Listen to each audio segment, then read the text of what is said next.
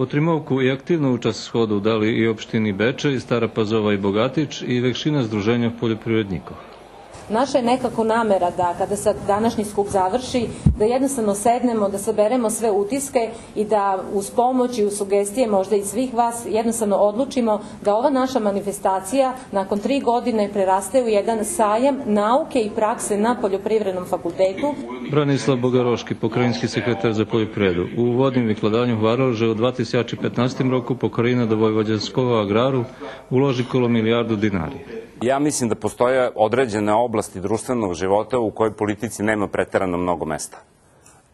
Problem sa poljoprivredom u Republici Srbiji je upravo to što politika pravi strategije i menja strategije razvoja poljoprivrede svakog mandata ili više puta u toku mandata ili više puta u toku godine. Bogaroški naglašil i že teraz, kad treba prilapiti zakon o vodoh i poljoprivrednih žemi, potrebna koordinacija i dohvarka republične i pokrajinske vlasti, ale i počitovanje dumanja parastoh i nauki, a že 2015 parastom ne prinješe nič dobre, keď še na koncu roka, po okončanju licitacije za državnu žem, menja politika subvencija.